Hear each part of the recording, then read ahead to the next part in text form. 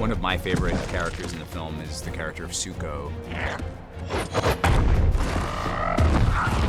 He was a young great ape who goes on a journey with Kong. We see Kong really take this young ape as his surrogate son. Is that a mini Kong? Yeah, this is Baby Yoda, but it's like if Baby Yoda is gonna bite your face off.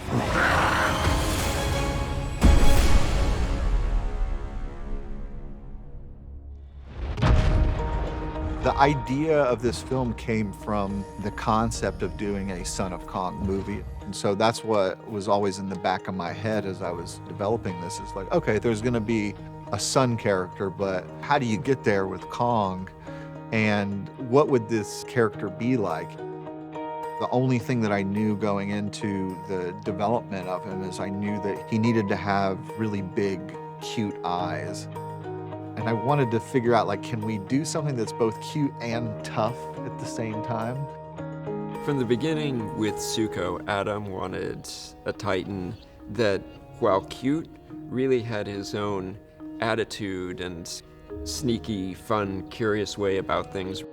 And Adam actually watched a bunch of documentaries and footage looking at young apes, really trying to imbibe that character with something enduring for the audience and slowly draw Kong in so that they become fast friends. The design started with the art department, and they came up with a character that was very cute, juvenile. But we took it over in visual effects to make him a little more anatomically correct.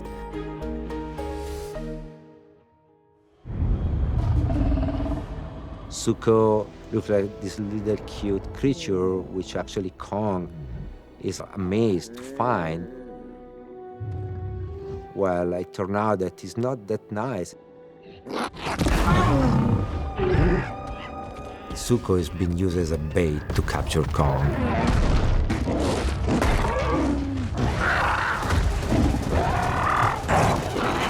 The idea of Kong using Suko as a weapon was something that VFX supervisor Alessandro came up with.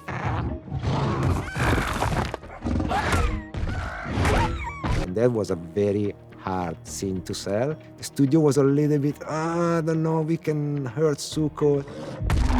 I said, no, but listen, I'm gonna add a shot, I'm gonna show that he's not hurt. That's what they did, right? So I had this shot, the Suko's recovering, still pissed, right? So you know that he hasn't been hurt. At the end of that battle, Kong and Suko come to a very uneasy truce and have to go off together as Kong tries to get Suko to show him where he came from, where the rest of these apes are. Because Suko has grown up in a very dangerous environment as part of this ape army, he definitely doesn't trust other apes. He sees Kong as nothing but a threat and a potential invader. Suko was just trying to fit in. He's part of the Scar King crew. And then he tried to lure Kong into a lake where he knows there is a creature, so he's still like trying to show I'm part of the Scar King crew. At first, it's a very difficult relationship between the two of them. Suko hasn't learned to trust other apes. And Kong has been on his own for a very long time, so suddenly he now has this young teenager he's effectively having to take care of.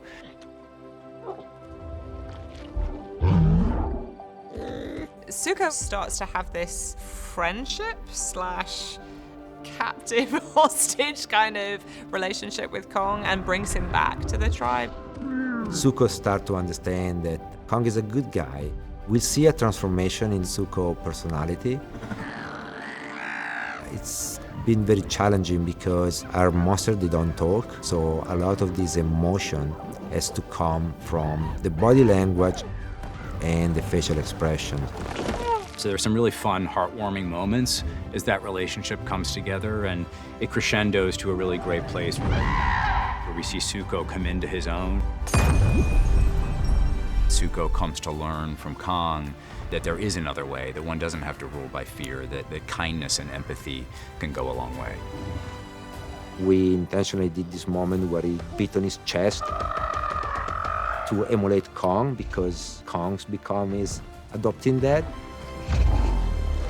I think it's a great relationship in that you have this little Titan who's just constantly going to be getting Kong into trouble and then hoping Kong can get him out of it, which is kind of their dynamic on this film, the sort of mismatched couple.